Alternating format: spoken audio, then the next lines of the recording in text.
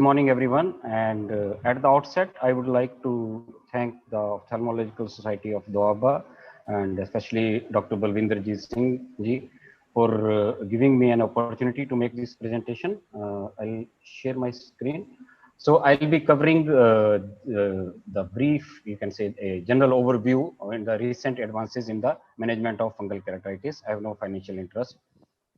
Fungal or mycotic keratitis is a leading cause of ocular morbidity, and approximately annual incidence of fungal keratitis in India is said to be around 11 in 10,000 population, and it is frequently caused by filamentous fungi, especially in the tropical areas, whereas in the temperate region it is predominantly caused by Candida species.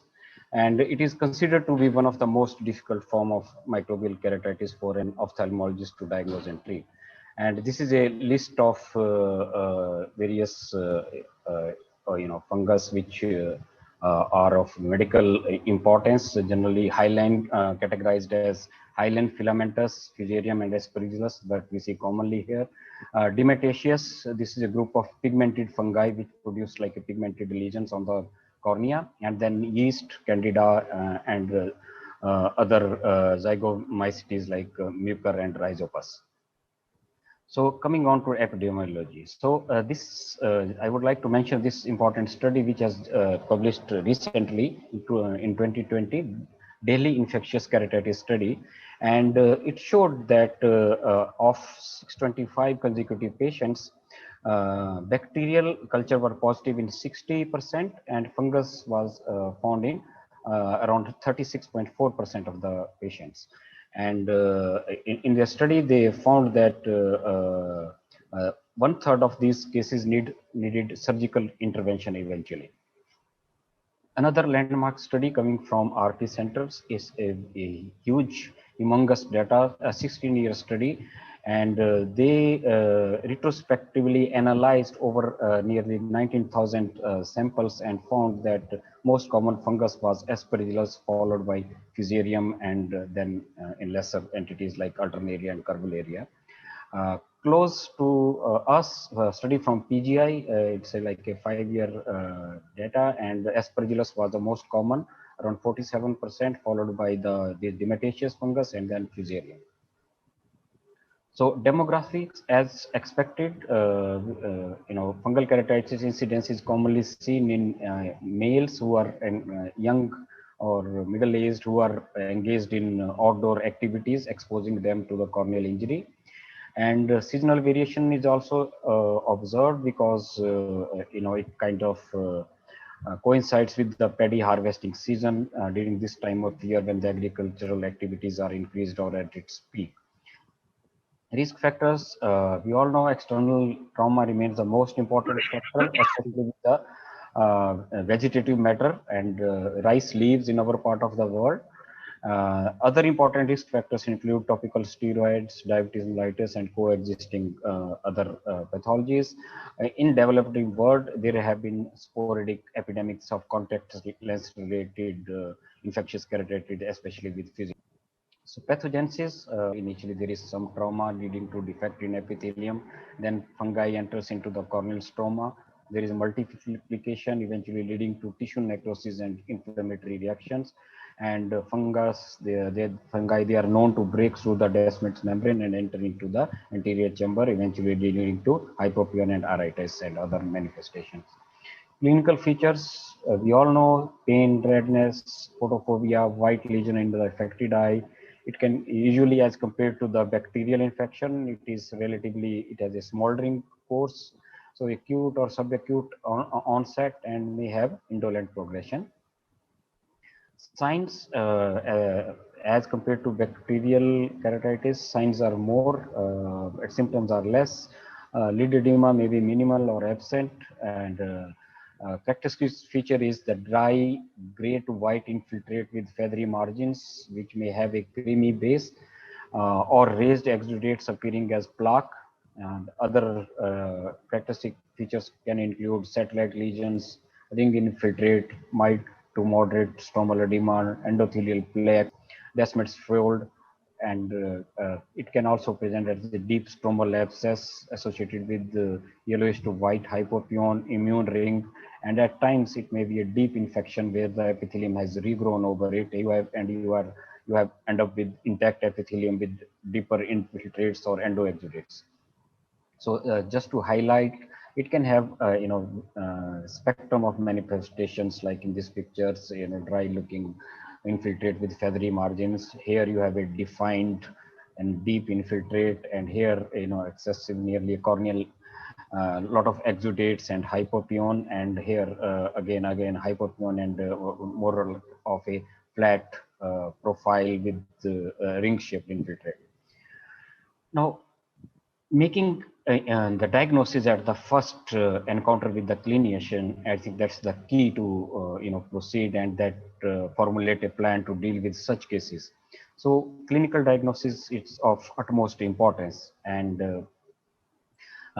here I would like to highlight this important study published in IOVS, where they used 80 photographs of eyes with culture proven bacterial keratitis or fungal keratitis, and these photographs were analyzed with 15 corneal specialists from Arvind Eye Care System and Proctor Foundation, and they were to identify the likely, they were to guess the likely causative organism. So remember, these were like the people who see these cases day in and day out. They are like cornea specialists and not general ophthalmologists. They found that corneal specialists were able to differentiate only in a fewer than 70% of the cases. Means more than 30% of time, even the cornea specialists were not right in making a clinical diagnosis of these cases. So it is very important that this study highlights the importance of obtaining appropriate microbiological testing during the initial clinical encounter, because that would kind of guide you the further treatment. So diagnosis, how do we confirm? So microscopic examination and culture of the sample remain the gold standard for the diagnosis of fungal keratitis, and the specimens can be obtained either by corneal scraping, by corneal biopsy, and if you do a therapeutic or tectonic PKP, you send a part of the corneal button for histopathology and microbiology. And for corneal scraping, multiple scrapings are usually collected from the base and margin of the ulcer to obtain appropriate specimen.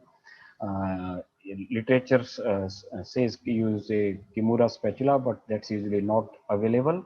So basically, we end up doing it with a 50 number surgical blade or with a bent 26 gauge needle, side arm or side arm of the needle, and this procedure is done under topical anesthesia. So various stains which can be used for corneal scraping include 10% KOH, gram stain, Zimsa, calculaphore white stain, and GMS, gomorimethamine silver stain. For most of them, you need a microbiologist and a lab facility to do this. But 10% KOH is something which we can, we can learn to do by ourselves, and which we can train other ophthalmologists to do it by themselves, because it's not very difficult and technically challenging.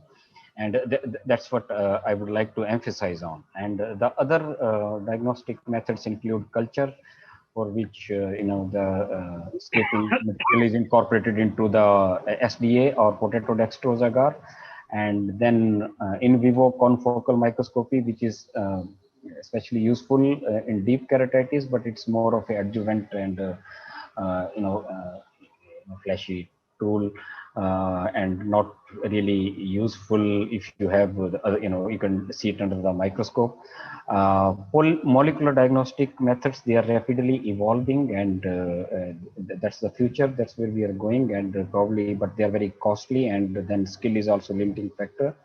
And histopathology, where you take a biopsy or send the corneal specimen. And just a slide for, in future we are likely to have, work is already in progress. We might have a system where you just take a tier samples, and with by various approaches, genomic approach, metagenomic approach, or proteomic approach, you might have a list of the causative organisms which are associated with that kind of infection or inflammation. So 10% KOH is, that's what I'll emphasize a little more. Is it it can be considered as a single most reliable screening tool for the diagnosis of fungal keratitis. It provided sufficient sample is taken and expertise is in the detection of fungal element is available. KOH smear is prepared directly by putting a drop of 10% KOH on the slide with the sample and observed under the microscope. And so what KOH does is, it's a base, it dissolves most of the mammalian cells and tissue, allowing the fungal elements to be seen, but it does not, degrade the ergosterol in the fungus wall, and that's why it kinds of makes it stand out. And sensitivity ranges from 82 to 99% and specificity from 73 to 100%. So this is how it is done. You have a, this on the left side, corneal infiltrate, you take scrapings, and you need this kind of microscope at least, along with slides and needles and cover slips and KOH solution. And this is what is seen under the microscope. And I usually do it by myself. And while I was trying to teach it to the students and residents, and I found that, for a trained eye, it may look like obvious filaments, but if you are not trained, then these are just a set of like wavy lines, and it was difficult to get the message across. And so until unless you have practiced it, it's difficult to catch, pick up these findings. So we thought about it, and we kind of worked a little more on this, and whether we can really improve the staining of these filaments, and whether do we need, can we have an alternative to this, bulky device. Studied various smartphone attachments and adapters, and we kind of zeroed on this tiny device, which is hooked onto the smartphone. And then this becomes almost like a histopathology microscope. And then we did a study, and this study was presented in annual meeting of European Society of Cataract and Refractive Surgery last week only. It was supposed to be held in Amsterdam, but eventually it was done online, virtual. So I will like to present this short video, which was presented here, as it's very relevant to the topic being discussed. We evaluated the utility of this commercially available device known as Norugo Micro from Seoul, and as an adjunctive tool in the eye clinics. So it's a small device. As I said, it has an app, and you hook it up to the smartphone, and it uses the camera and light of the smartphone very smartly to capture the images. And you can you install an app, and you can zoom in and out. You can make videos, or you can take pictures while doing this. This is how it looks on the back view and the profile view. And we were able to establish its diagnostic value in three conditions: fungal keratitis and Demodex blepharitis, and for photography of the histopathology slides. So Demodex blepharitis, I think I have covered quite a few times. It is, you have like dandruff-like deposits, and there is a entity known as cylindrical dandruff. And to make this diagnosis, you pluck these epilate the eyelashes, and these are examined under the microscope. You put a drop of saline, or sometimes you use fluorescein stain. And we found that with this microscope, we were able to pick up these mites, but the contrast was not as good as a routine lab microscope, because the light is on the other side. But when we added fluorescein, just like earliest publication by Dr. Sang's group, the contrast was much better, and I could pick it up much better. So that's what is advisable, that can be done. And otherwise, this is fungal corneal ulcer, and so we use 10% KOH. And as I said, I had problems getting the message across. And with this pocket microscope, I was not able to pick up the hyphae, and because these are high line, and the contrast, this is not, the light is on the same side of the microscope, so I was not able to pick up. So we found that addition of the trypan blue dye which is routinely used for capsular staining in cataract surgery, stains these hyphae blue, and then it allows for their easy visualization and photography. And this is how it looks like. Once you stain it, and this, we published this method in Cornea recently. And After staining with the trypan blue, I could pick it up with the smartphone and attachment. And this is on the left side with the how it looks like, and the right side it's the app, how it is captured on the smartphone by itself. You can scan the slides and take out zoom, whatever areas. This is the comparison between the lab microscope and Narugo. It might be a little fuzzy, but it's details are enough to pick up the diagnose. So other was we for routine histopathology slides, and some of us do we want to take a look whatever specimen we have generated, and pathology labs are not always accessible, and sometimes the practitioners we are kind of busy to just walk down and see the slides, and but we want to take their photographs for whatever reason. So this is a comparison. On left side it's a from the routine microscope, and on the right side it is from the with this Narugo device. So it says spheroidal degeneration, and you can see the mauve colored deposits are very well seen, and most of the details are nicely clear. And with a little bit of learning curve, you can learn to move it across just like routine microscope, and you can scan the slide, focus on the different areas, and you can take photographs or you can make videos.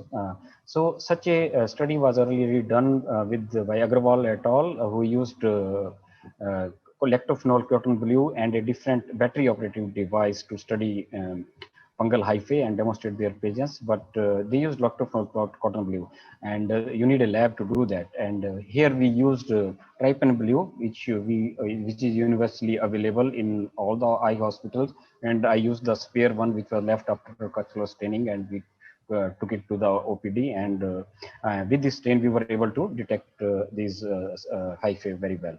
And also, so we report novel use of this microscope for various conditions, and it might be useful when a routine microscope is not available.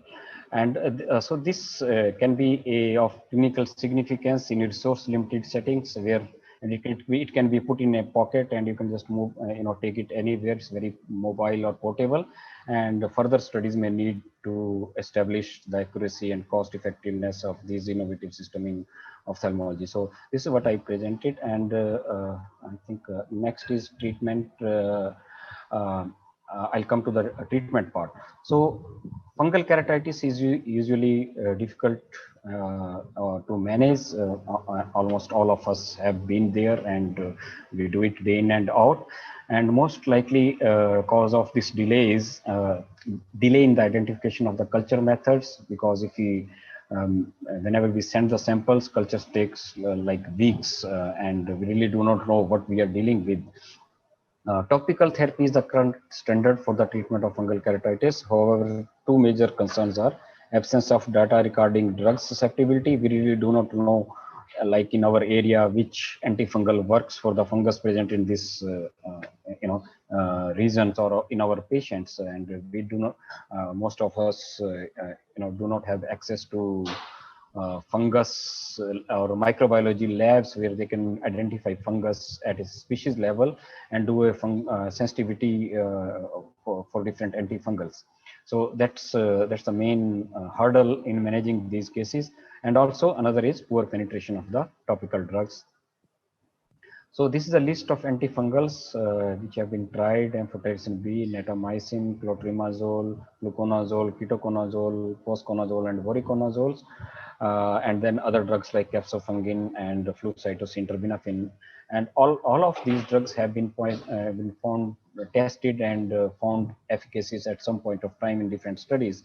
But the general trend, preferred practice pattern nowadays, most of the corneal surgeons these days, it is popular to start a single antifungal. Mostly it is netamycin 5%, as has been suggested in MUT1 trial. However, some studies advocate use of combination therapy, especially in cases that are unresponsive to monotherapy. And most common combination is netamycin and voriconazole, while for filamentous keratitis, and amphotericin B and voriconazole are more commonly used for yeasts. Usual dosing schedule is hourly for first week or till epithelial healing occurs, and then 6 to 8 times for 3 weeks or till there is complete resolution of the infiltrate. A little bit about MUT trial, mycotic ulcer treatment trial. It's a large trial done by Arvind group, and they found that netamycin is superior to voriconazole, because I remember when voriconazole came out, there was a lot of excitement among the corneal surgeons, and many people watched for its superiority over the netamycin. And to settle that question, they did this a large trial known as mycotic ulcer treatment trial, and they found the results were contrary to what was being, at that time felt or reported. And netamycin was found to be superior in terms of visual acuity, rate of perforation, and uh, cases resorting to therapeutic keratoplasty, especially for fusarium keratitis. So this study was done in South India, where fusarium is a more common cause. After 6 days of netamycin treatment, culture positivity rate was significantly reduced as compared to voriconazole. But the cases with Aspergillus keratitis studied in this study fared equal with both the antifungal. So how we can extrapolate these results to North Indian settings where Aspergillus is more common, that's a question that remains to be answered. So the authors concluded that voriconazole should not be considered as a monotherapy in filamentous keratitis patients. Then there was another question about systemic therapy, whether topical is the mainstay, but due to poor penetration and recalcitrant cases, most surgeons would felt the need for combining it with the oral or even say systemic therapy. The rationale was there is poor penetration and which can lead to levels of subtherapeutic levels, and so giving an oral adjuvant could help to maintain the therapeutic level of these antifungals. So it is used in adjunct in recalcitrant cases, in ulcers with more than 5 mm size, or where more than 50% of stromal depth is involved, cases with scleral or limbal involvement, endophthalmitis, impending perforation, perforated corneal ulcer, pediatric cases, or post-keratoconus, meaning whereby very high risk cases, it wouldn't hurt to add systemic therapy also. But one has to know that there are some systemic side effects. These are class D drugs, teratogenic potential, and also there are some liver functions need to be monitored. So MUD2 trial tried to settle this question, and it investigated the use of oral voriconazole for severe fungal keratitis. Surprisingly, they concluded that there is no benefit of adding oral voriconazole. However, in subgroup analysis, they found it might have a role in decreasing the rate of perforation.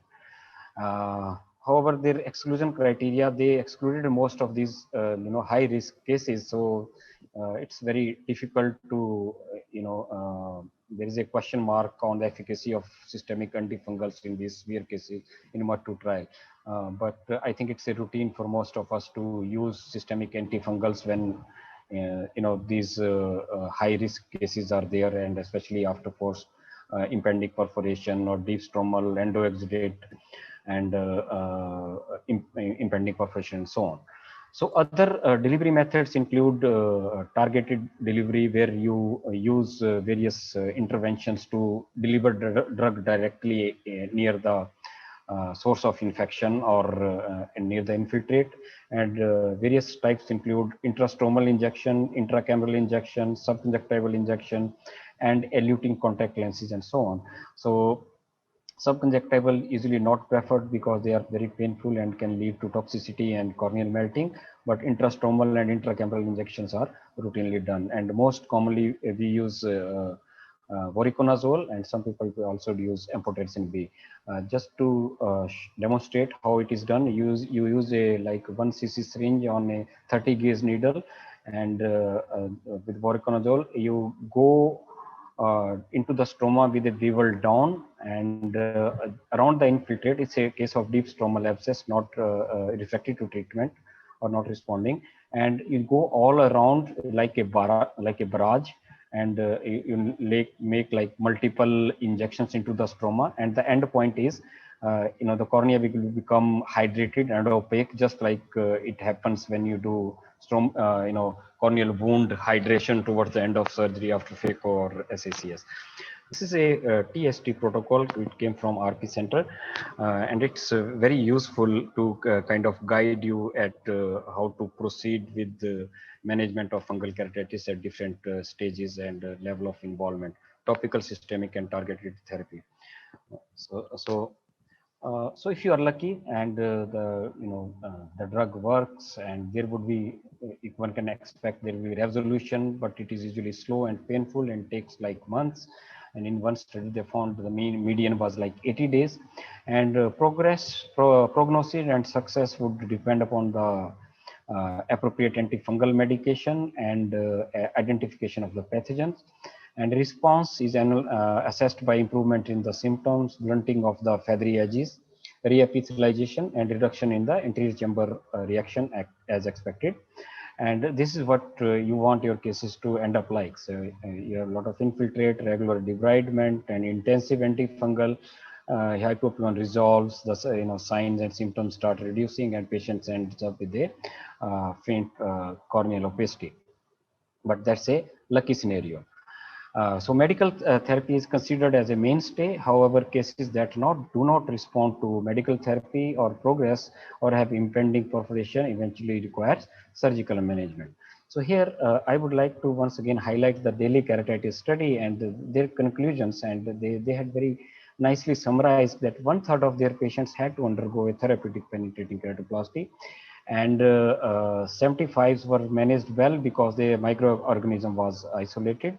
However, they found that the laboratory setup is missing in most part of the world of India, and ophthalmologists, they emphasize that ophthalmologists should be encouraged to learn and practice basic staining procedures, and this should start early in their training years. And also residents and general ophthalmologists should be trained in performing tissue adhesive and tarsorrhaphy. These are like eye saving procedures, and in their study they could salvage 151 eyes of 600 something. So it's a large percentage could be salvaged with these you can say eye saving procedures. And so they recommended that there should be training sessions to performing these procedures. And treatment for descemetocele or impending perforation in a scenario when the drug doesn't work and the infection progresses, you continue the antibiotics or antifungals, like add continue cycloplasics, add topical anti-glaucoma drugs, systemic acetazolamide to decompress the vitreous and prevent post-vitreous pressure. Bandage contact lens is very beneficial, and all forced expiration like coughing, sneezing, and blowing of nose must be avoided. If you have a perforated corneal ulcer, it's a small perforation. Till such time you get a tissue access, one should advise rest or restriction of activity of the patient. Continue treatment of the corneal ulcer with some modification. You apply a firm bandage or bandage contact lens. All activities must be avoided.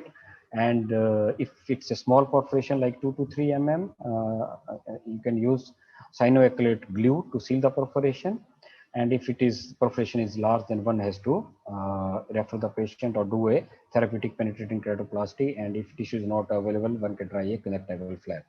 So a few scenarios. It's a 26-year-old male with the insect injury, very common. A person is driving a motorcycle, something hits the eye, and this is how he ends up. Peripheral infiltrate. Despite you putting on extensive antifungals, topical and systemic, the infiltrate improves, but cornea thins out because infiltrate was excessive to start with.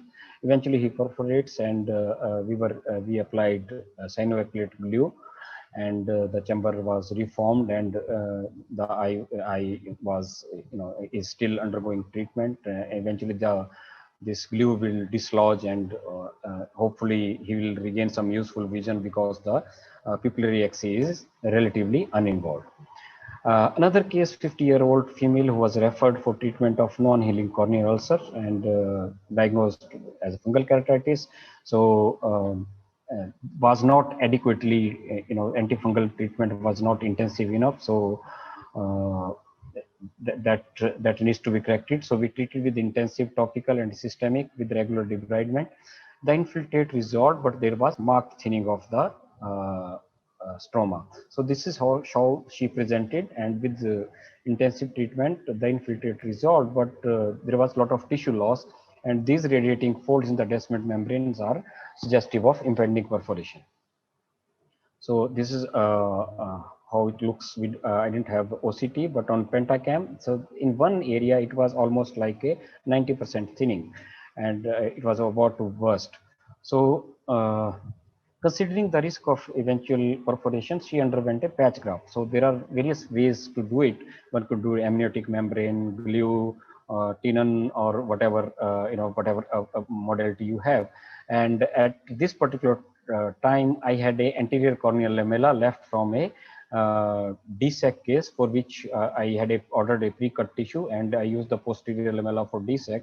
And the anterior lamella we used, and for this case, and appropriate size patch graft was fashioned, and it was sutured to the host bed after debridement and cleaning up, and sutured to the margins. These are the intraoperative pictures, and this is a post-op picture. So when I did it, the stromal bed should seem to be relatively sterile, but in the post-op period, there were a lot of intense inflammation for a few weeks, you can see, and at that point, I thought I had made a mistake, but eventually with bumped up the antifungals, and she gradually resolved, and this is after 3 weeks, and recovered vision of 6/18 partial, and after 3 months, and this is how she looked like. So she maintained a vision of 6/18, and eventually developed a cataract, and hopefully we'll have a cataract surgery at some point. Another case, this is what you can do when you don't have a cornea available. 56-year-old female with chronic perforation. Initially I treated her for fungal keratitis, and the infiltrate resolved, she healed, but she developed this tiny perforation close to the pupillary margin.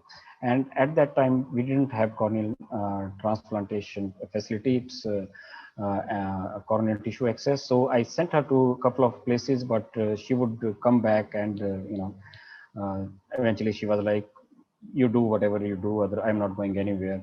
So I used a patch of sclera from her inferotemporal quadrant, a partial thickness patch of sclera of autologous her own sclera, and after debridement of the perforation edges, it was sutured to the and the perforation was closed. It was sutured to the cornea, and eventually this scleral tissue is gradually taken up by the cornea tissue, and with time the whiteness kinds of fades out, and you remove some of the suture, and this is how she looked like in the end of the suture removal.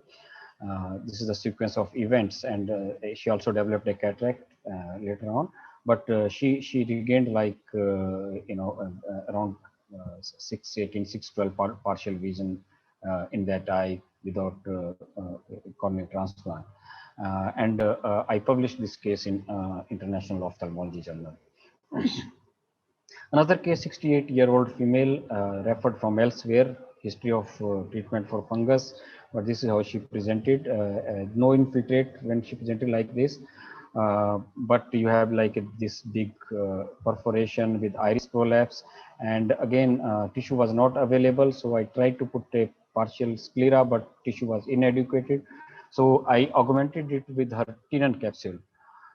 It's a large tenon graft was fashioned from the temporal quadrant, and again this thing eventually gets incorporated, and this is how she progressed over time, and this is how she looked finally, developed a cataract, and this time I was lucky because I was able to do a cataract surgery. So you can imagine the amount of hard work we people as cornea specialists have to put in to get a cataract patient.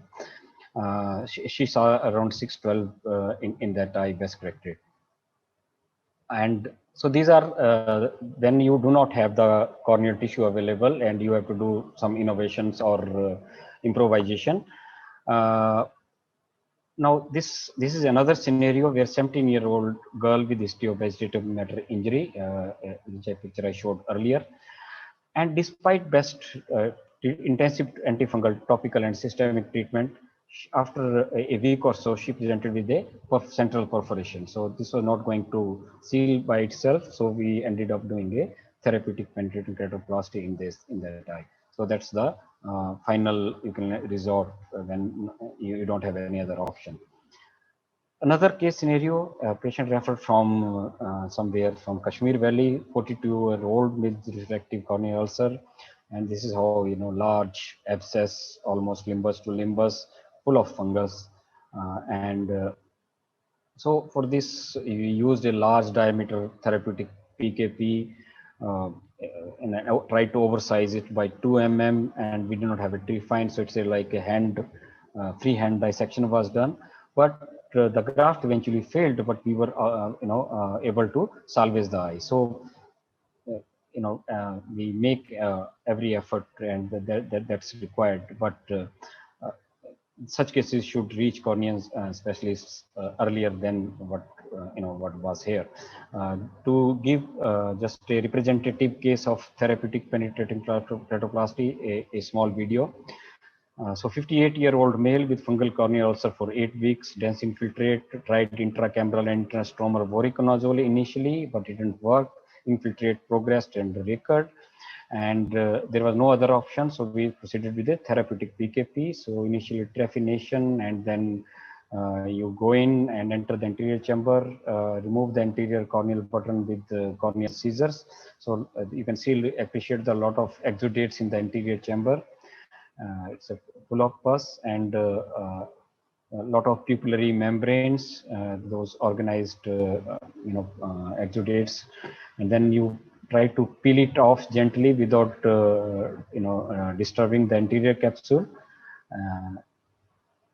Then it's advisable to do multiple iridectomies in such cases. Otherwise, it will get plastered to the lens and develop glaucoma. And then here use a large size donor corneal button and interrupted 24 by interrupted sutures.